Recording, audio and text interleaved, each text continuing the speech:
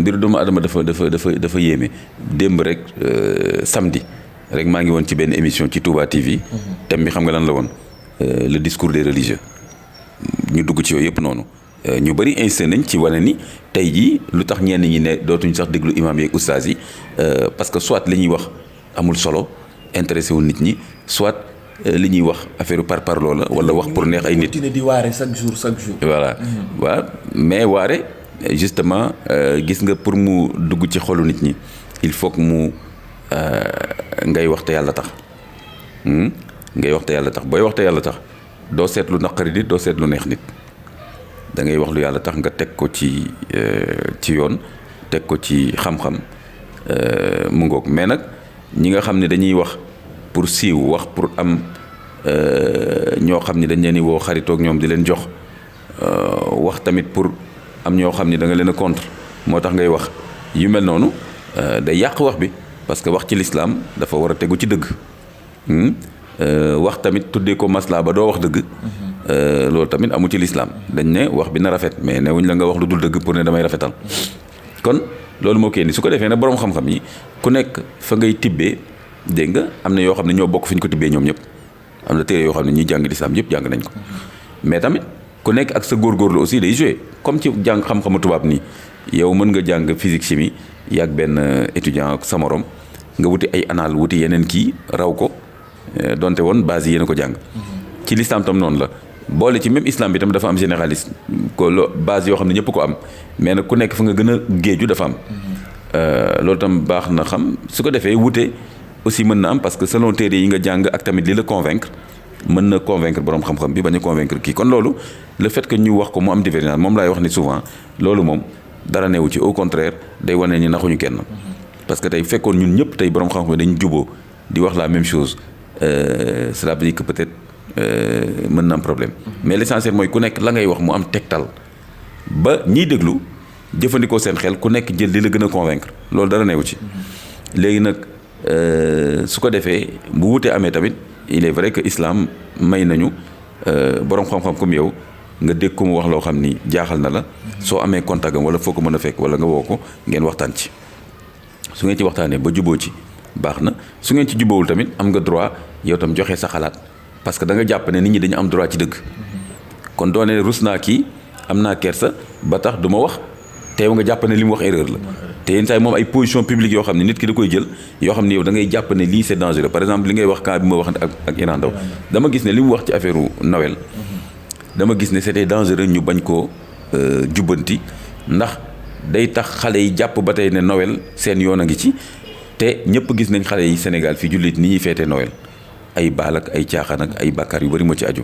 loolu moo tax ma defoon boobu sorti après nit ñi c'est à eux de voir li ma wax est-ce que teg naa ko ci xam-xam wala est-ce que li ma wax ci leneen tegu moom tam li mu wax ñu seet ko donc ci wàll boobu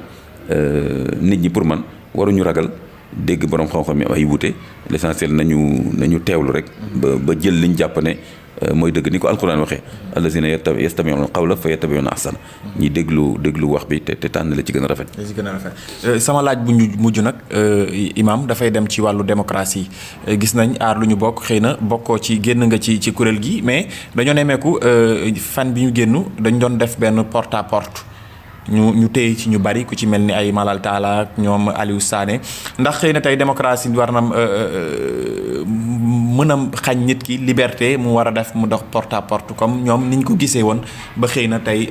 police daal di leen teg loxo ci loolu. man kay loolu bi ma ko déggee jaaxal na ma trop maintenant tout dépend de loi lan la ci wax mais je sais que ni ay flyer moom tous les jours nga gis nit ñi di ko joxe ci mbedd mi fii rien que pour publicité. da ngay dox léegi dugg taxi wala nga kii ay xale ñëw jox la et cetera toujours dama koy gis flyers yi ñoom seen parti politique yi dañ koy joxe bu ñuy def ay meeting wala yeneen dañ koy joxe muy parti wu président muy yeneen parti toujours dañ koy def donc lu tax ñu jékki-jékki rek di jàpp ay nit ndax rek flyer parce que flyer forcé woo kenn da nga ko naan nii su ko neexee mu jël su ko neexee mu bañ a jël léegi nag est-ce que ñoom dañoo xool flyer bi mu am ci loo xam ni loolu mën na nekk bu fekkee ci flyer bi nag dafa am contenu boo xam ni day wootee loo xam ni loi bi da ko tere loolu am nañ droit tere leen ko mais dégguma ba tey ñu wax ma flyer il paraît ñoom ci flyer bi dañu wax xaw ma affaire pétrole bon gisuma ko nag bu dee loolu la kon nag jaay doole mi ngi commencé am loolu moom baaxul ci réew mi parce que ñi fi nekk tey toujours dama leen koy wax ñi fi nekk tey démocratie bi leen permettre ñu nekk président nañu nekk gor ba warmaal ko. parce que am na nu mu doon demee ñoom duñu mës a accéder au pouvoir. kon tamit nañu warmaal démocratie bi lépp loi bi permettre citoyens yi def ko citoyens yi nañu respecté ni ko loi bi waxee. loolu tamit ànduma tam ci ñuy wax ne oui constitution moo ñu permettre ñu ñaxtu ak ñu xaw ma lan rek nu ñu neex lañ koy defee déedéet. constitution bi tam lu mu teg am na nu mu ko réglementé. parce que bu dul loolu imaginez bu fekkoon tous les jours ay nit taxaw sa buntu kër ne dañuy marche nga bëgg a génn sax ñu ne non xam nga kon loolu taxul ñuy wax dañ ko war réglementé il faut nga jaar fii pour bañ a yàqal kële et cetera mais ci principe bi daal nañu respecté loolu chance Sénégal la bokk mooy bàyyi nit ñu ñaxtu te bëri na réew yu tàkk bañ leen bàyyi ñu ñaxtu wax lu ñu xalaat moo ko indi te président dëgg fekkee bëgg nga defar sa réew dëgg waroo ragal ñaxtu parce que ñaxtu ñaar rek moo ci mën a am man toujours loolu laay wax xam naa pouvoir nag mooy def loo nit mooy nit ki ñaxtu loo xam ni dëgg la àq la bu mu war a am mën na am sax say ministre doon lu ko nëbb nga ne dégg naa leen naa ko faj sama kéem kattan soit ñu ñaxtu loo xam ni du dëgg nga def communication daal ne li ngeen wax du noonu prix bi lii la lii ak lii na demee mais kon ku bëgg a defar bonne gouvernance waroo ragal ñaxtu kon nag vraiment nañu éviter di merloo nit ñi ba nit ñi dem ba li ñuy wax rek egg fii nit ñi bu ñu eggee fii nag après ça va dans tous les sens gis nañ yéen réew yi ni mel loolu gënul ci réew mi. wax nga sànq ci sa parcours ba tudd lu ci mel ni chemin de fer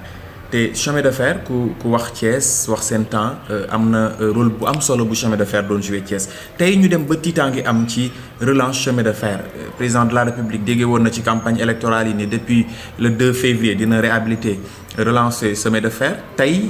ñuy tiit entre chemin de fer dina doxaat wala du doxaat ban kàddu ngay lancer ci loolu.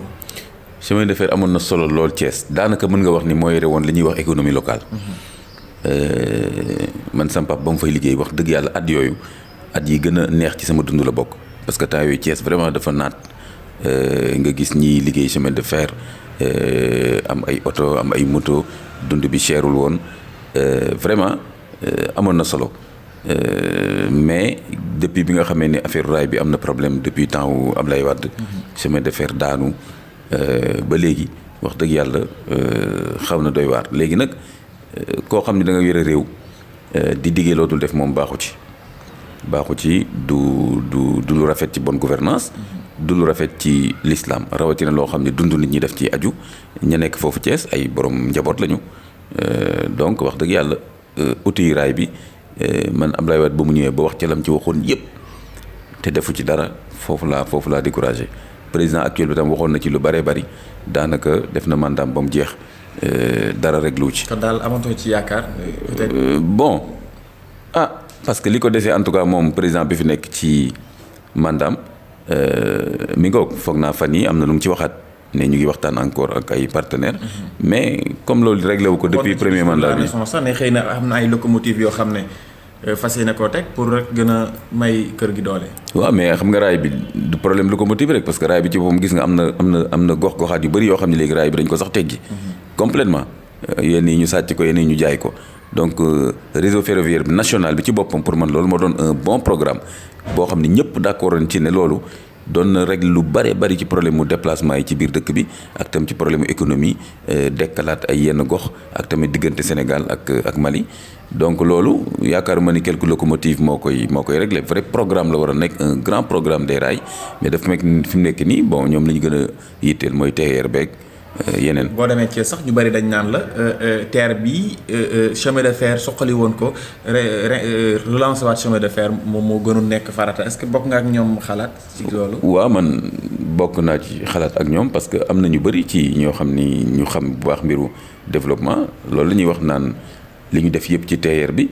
daanaka pour diggante Dakar ak Diamniadio li ñu ci def yëpp ci alal suñ ko defoon ci chemin de fer bi. moo doon tani lu bari ak tam boo gisee accident la route yi ni mu bare ak pollution yi oto yu màgget yi ñu bàyyi ci dëkk bi ni mu bare léegi xoolal péage beeg yëpp réglé wul problème bi ba tey ñëpp gis nañ ne problème oto yi ba tey dafa mel ni buñ defee pont defaat pont sax da ngay yaakaar ni amul njëriñ ndax oto yi ni mu bëree ak ni mu doy waar kon vraiment suñu defoon réseau ferroviaire bi doon na baax temps yi la foog naa gisoon naa syndicat ñi nekk ci affaire raay bi ñu defoon ay calcul effectivement di wane ni suñu defoon alal boobu ci raay bi mooy ëpp njëriñ. mais ñiy jiite réew mi doo xam ñoom seen priorité fan lañ koy basé. jërëjëf Imam ponk bu amoon solo la ndax chemin de fer lu yitteel askan wi la rawatina ñi nga xam ne ñoo nekk Thiès Imam bu ñu dellusiwaatee un peu si sa parcours gis nañ sorties yi nga xam ne donc yaa ngi koy def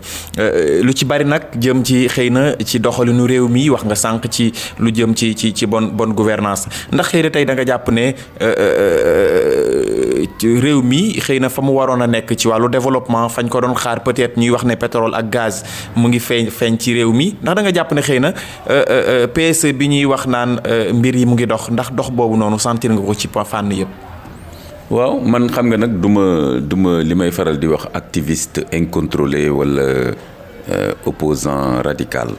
dans le sens où activiste mooy koo xam ni daanaka li ngay gën a di sawar mooy di wax li doxul. ak ñaxtu. daanaka doo nangoo teg sa bët ci luy dox. te réew moom mënoo wax ne dara doxu fi comme li gars yi di wax ne rek président bi defu fi dara loolu moom ñëpp xam nañ ñuy wax dëgg yàlla waxu xumbal la rek daal nit mënul yor ay ati at réew te du def dara xanaa kay mën nga wax ne waru ko woon defee nii wala doyul wala nam ko defee du noonu kon man éthique islam mayuma may am position yu mel noonu parce que bon boo seetee ba seet di nga gis ne du ma xeex nguur waaw islam newuma ma xeex nguur mais damay xeex pour que nguur tegu ci yoon